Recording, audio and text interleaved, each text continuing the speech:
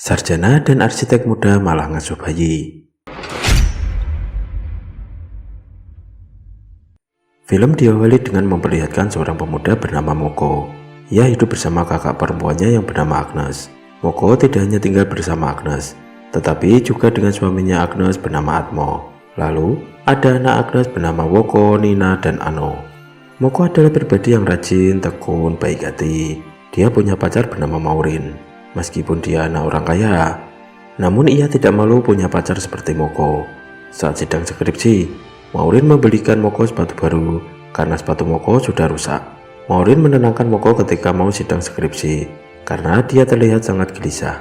Ketika Moko sedang presentasi di hadapan para dosen, Maureen ditelepon Agnes dan mengabari kalau Atmo mengalami serangan jantung. Sekarang berada di rumah sakit. Selesai sidang, Moko segera bergegas ke rumah sakit. Dan di sana sudah ada Nina yang sedang menunggu sambil menangis. Sayangnya, nyawa Atmo tidak bisa terselamatkan. Dia lockout karena serangan jantung. Dan tak lama, gantian Agnes yang akan melahirkan. Agnes segera dibawa ke ruangan bersalin. Kini, Moko menenangkan para keponakannya sambil menunggu Agnes selesai persalinan. Akhirnya, bayi Agnes lahir juga. Saat suster sedang mengecek kondisi Agnes, dia malah tak bangun. Agnes langsung dibawa ke ruangan tindakan dan akhirnya lockout menyusul suaminya. Sekarang anak bayi itu diurus oleh Moko. Bayi perempuan itu diberi nama Ima. Moko tidak hanya mengurus anak tersebut, tetapi juga para keponakannya yang lain. Otomatis sekarang ia menjadi kepala keluarga. Moko sempat bingung harus bagaimana. Ia menelpon satu kakaknya lagi yang bernama Osa. Tetapi Osa tak dapat membantu karena ia belum bisa pulang dari luar negeri. Di suatu sore, ada sebuah kabar baik, di mana Moko berhasil mendapatkan beasiswa S2 ke luar negeri. Begitu juga dengan Maureen. Namun sayangnya, Moko tak bisa mengambil beasiswa tersebut, karena sekarang ia harus menjaga keponakannya. Pada akhirnya, hanya Maureen yang kuliah di luar negeri. Moko mulai melupakan mimpinya. Dia mengganti buku-buku arsitek dengan buku cara merawat bayi. Untungnya, Agnes dan Atmo mempunyai tabungan. Namun kebutuhan mereka semakin banyak. Tanpa terasa, uang itu semakin menipis. Moko tak bisa tinggal diam. Ia kemudian mencari kerja untuk menghidupi keponakannya. Moko melamar pekerjaan sebagai seorang drafter atau gambar teknik. Ia melamar kerja sambil menggendong Ima yang masih bayi. Moko sempat diberi kesempatan untuk bekerja. Akan tetapi karena ia kewalahan mengurus keponakannya, sehingga pekerjaannya sering terlambat. Karena hal itu, dia dipecat dari pekerjaannya. Suatu hari, Moko dan Maureen video callan, membahas masa depan mereka, yang mana mereka akan membuka biro arsitektur bersama. Tetapi Moko sadar diri, sekarang ia tidak bisa fokus dengan cita-cita mereka dan harus menjadi orang tua dadakan. Lalu Moko meminta putus dari Maureen karena ia akan fokus mengurus keponakannya dan Maureen mencari kehidupan yang lebih baik lagi tanpa dirinya. Kini Moko mulai menerima keadaan. Ia menjalani peran ayah dengan sebaik mungkin. Hari itu adalah pembagian rapot. Moko menggantikan Atmo dan Agnes untuk mengambil rapot ketiga keponakannya. Sambil menggendong Ima, Moko datang ke sekolah Woko, Nina, dan juga Ano.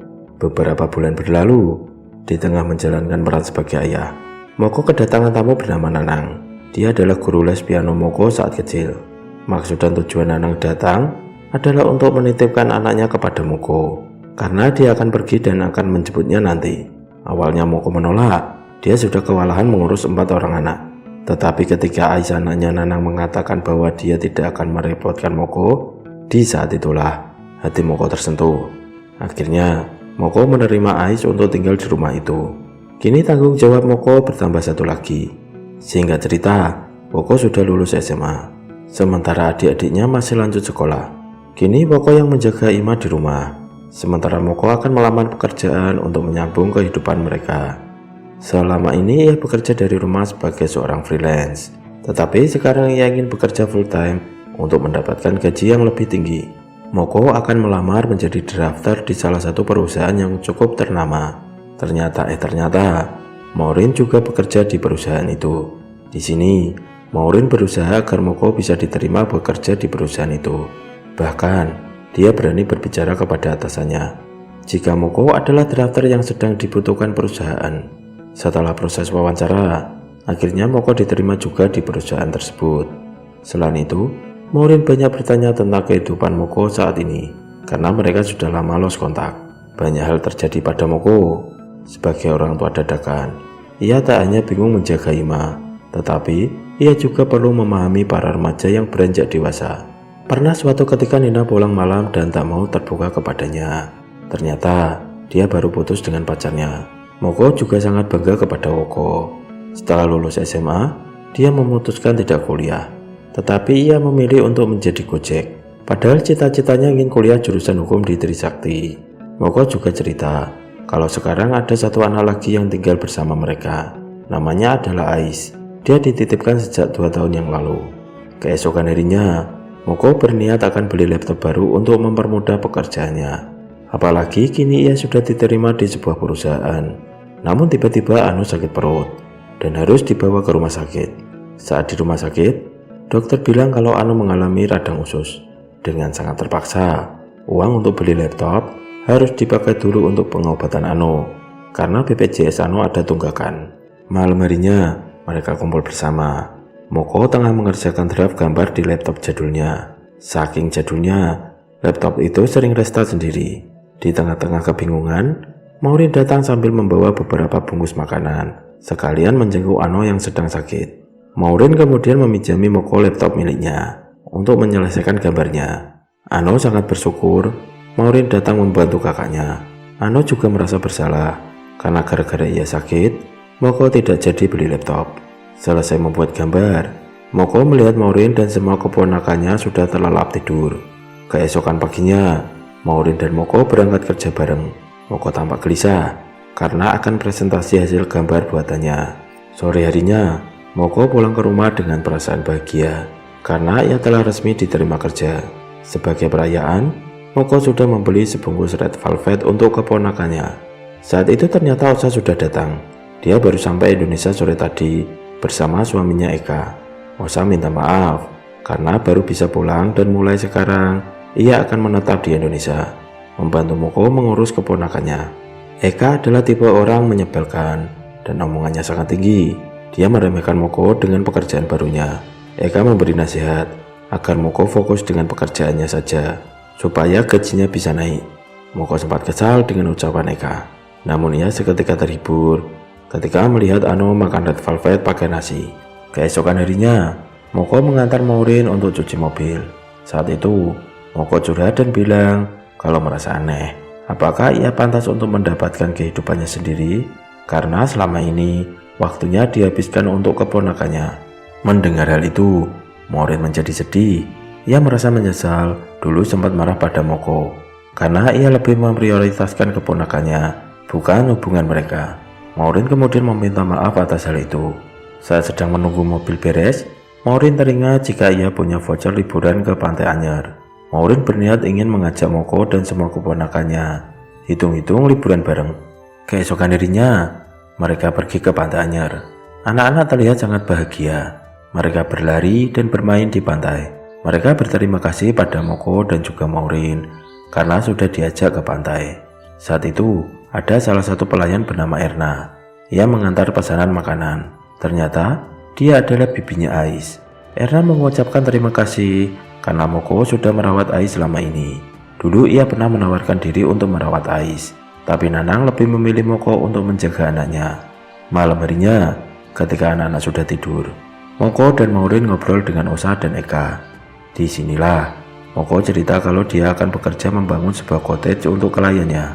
Tetapi Moko bingung, jika ia bekerja di Anyer, siapa yang akan menjaga anak-anak di rumah? Eka menyuruh Moko untuk fokus pada pekerjaannya saja, sedangkan anak-anak, dia dan Osa yang akan mengurusnya. Eka mengatakan, Moko sudah banyak berkorban untuk anak-anak. Moko menjawab, jika soal berkorban, tidak hanya dirinya, tetapi Moko juga sudah ikut berkorban dengan tak melanjutkan kuliah.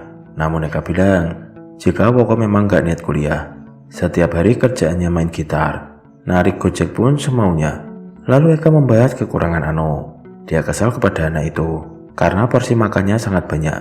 Terus ada juga Ais, anak orang yang dirawat oleh Moko. Padahal ada keluarganya yang bisa mengurusnya. Eka mengatakan, Moko terlalu baik dan sudah banyak berkorban. Biasanya, orang baik sering dipertemukan dengan orang-orang yang tidak tahu diri. Ternyata anak-anak belum tidur dan mereka mendengar semua ucapan Eka. Hal itu membuat mereka semua menjadi sedih. Keesokan harinya mereka pulang. Di dalam mobil tak ada obrolan sama sekali karena masih teringat kata-kata menusuk dari Eka. Saat sampai rumah, Ais memutuskan untuk pergi dari rumah tersebut dan lebih memilih untuk tinggal bersama Erna. Beberapa hari kemudian, Moko pergi ke Anyer untuk mulai kerja di sana. Namun ketika sedang kerja, Eka seringkali menelponnya. Eka sering menelpon untuk meminta uang pada Moko dengan berbagai alasan, mulai dari atap rumah bocor, pompa air rusak, atau sekedar uang untuk anak-anak makan di luar. Moko selalu memberikan uang yang diminta Eka, karena ia ingin anak-anak di rumah hidup aman dan nyaman. Moko selalu berusaha menghubungi anak-anak di rumah untuk sekedar menanyakan kabar. Tapi sayangnya, tidak ada satupun yang bisa dihubungi oleh Moko. Melihat Moko sering mentransfer uang ketika ditelepon Eka, membuat Maureen dan seniornya heran. Karena Moko sudah sering memberikan uang bulanan kepada keluarganya, tapi selalu merasa kurang. Lalu seniornya menasihati Moko untuk membedakan kebutuhan hidup dan gaya hidup. Singkat cerita, suatu hari Moko akan presentasi tentang konsep cottage yang akan dibangun di Pantai Anyer. Atasannya menginginkan konsep cottage family yang ramah untuk keluarga. Moko kemudian presentasi desain yang ia buat, beserta detail-detail kecilnya, seperti kamar berukuran besar, tempat ganti popok atau menyusui, serta meja berukuran lebar dan juga kursi yang tidak ada sandaran tangannya. Klien seketika meminta revisi ide desain Moko karena dinilai terlalu jadul. Namun, Moko menjawab tidak bisa.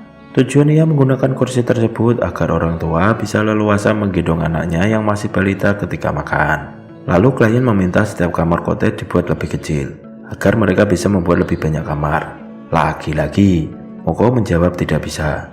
Tujuan utama sebuah keluarga liburan adalah untuk kebersamaan. Mereka harus menyediakan kamar yang luas, supaya keluarga bisa bersenang-senang. Tetapi klien itu memaksa. Ia tetap ingin kamarnya diperkecil. Lagi-lagi Moko menjawab tidak bisa. Jika klien ingin merubahnya, maka mereka harus mengganti konsep cottage. Hal itu membuat klien murka dan menyuruh Moko untuk keluar dari ruangan rapat.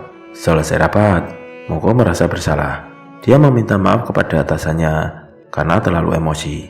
Maureen mengetahui kenapa Moko bersikap seperti itu. Ternyata Moko sudah sangat rindu kepada keponakannya yang sudah lama tidak ketemu dan tidak ada kabar. Akhirnya Moko datang ke rumah Erna yang masih dekat dengan Anyer. Ia ingin bertemu dengan Ais.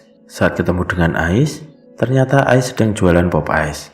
Di sini Ais cerita, sejak berpisah dengan ayahnya di rumah Moko, ia sadar tak akan pernah bertemu lagi dengan bapaknya. Sebab waktu itu bapak dan ibunya baru bercerai, dan orang tuanya bingung siapa yang akan merawat Ais, karena mereka sama-sama tidak sanggup. Saat itu, Ais punya dua pilihan, antara tinggal bersama Erna atau Moko di Jakarta. Ais kasihan dengan Erna, karena hidupnya sudah susah. Ia memutuskan ke Jakarta untuk tinggal dengan Moko. Tapi ternyata kehidupan Moko tak kalah susah. Ais kemudian meminta maaf karena sudah menjadi beban bagi Moko selama ini.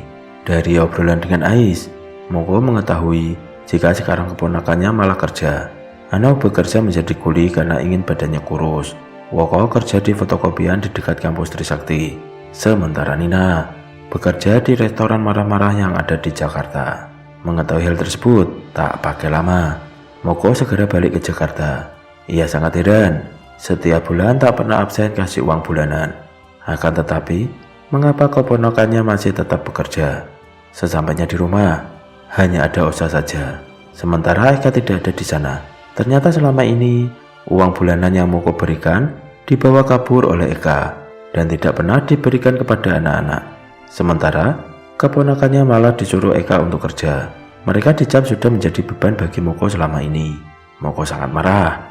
Lalu, Osa berusaha menenangkannya. Ia mengatakan kalau suaminya tidak kabur. Dia hanya pergi sebentar, dan uang yang selama ini Moko kirimkan digunakan untuk investasi. Nanti jika uangnya jadi banyak, maka Moko serta keponakannya akan merasakan keuntungannya. Tetapi Moko tidaklah bodoh. Ia mengatakan, jika investasi Eka adalah investasi bodong, dan Osa sudah dibohongi oleh suaminya sendiri, Moko segera pergi menemui para keponakannya di tempat mereka kerja masing-masing. Awalnya Moko mendatangi Ano yang menjadi kuli bangunan. Lalu dia mendatangi Moko yang bekerja di fotokopian. Dan yang terakhir, dia menemui Nina di restoran marah-marah. Moko meminta mereka semua untuk berhenti kerja dan pulang bersama dirinya. Akhirnya, mereka semua pulang ke rumah untuk membicarakan masalah mereka. Di sini Maureen ikut hadir dalam pembicaraan itu. Moko lalu menjelaskan, selama ini Eka sudah membawa kabur uang bulanan yang selalu ia transfer kepada mereka. Dan Eka juga yang telah mempengaruhi mereka untuk bekerja. Moko menyuruh mereka untuk berhenti bekerja karena mereka adalah tanggung jawabnya. Tetapi semua keponakan Moko menolak hal itu. Mereka tidak mau menjadi beban bagi Moko lagi. Moko masih membantah. Dia bilang merasa tidak pernah dibebani karena ia sayang kepada mereka semua. Lalu mereka berpikir, andaikan uang bulanan tidak dibawa kabur oleh Eka, uang itu juga akan habis untuk kebutuhan mereka. Dan mereka akan selalu bergantung kepada Moko. Mereka tidak mau selalu menyusahkannya. Maureen akhirnya angkat bicara. Ia setuju dengan anak-anak. Ia mendukung mereka agar tetap bekerja, kecuali pekerjaan kulinya Ano. Bagaimanapun juga, anak-anak harus belajar mandiri, menghasilkan uang dengan keringat mereka sendiri, dan tidak selamanya harus menjadi tanggungan Moko. Di sini Moko kesal mendengar hal itu.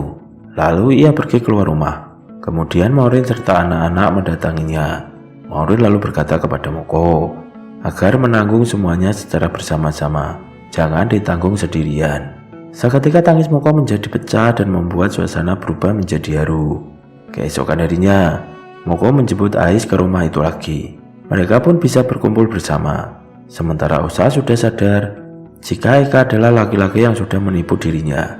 Kini ia sudah move on, bahkan memotong rambutnya sebagai tanda untuk memulai awal yang baru. Moko terlihat bahagia bisa berkumpul dengan seluruh keluarganya. Dan film pun selesai. Pesan dari film ini adalah, sebaik apapun kamu, tidak akan bisa menolong semua orang.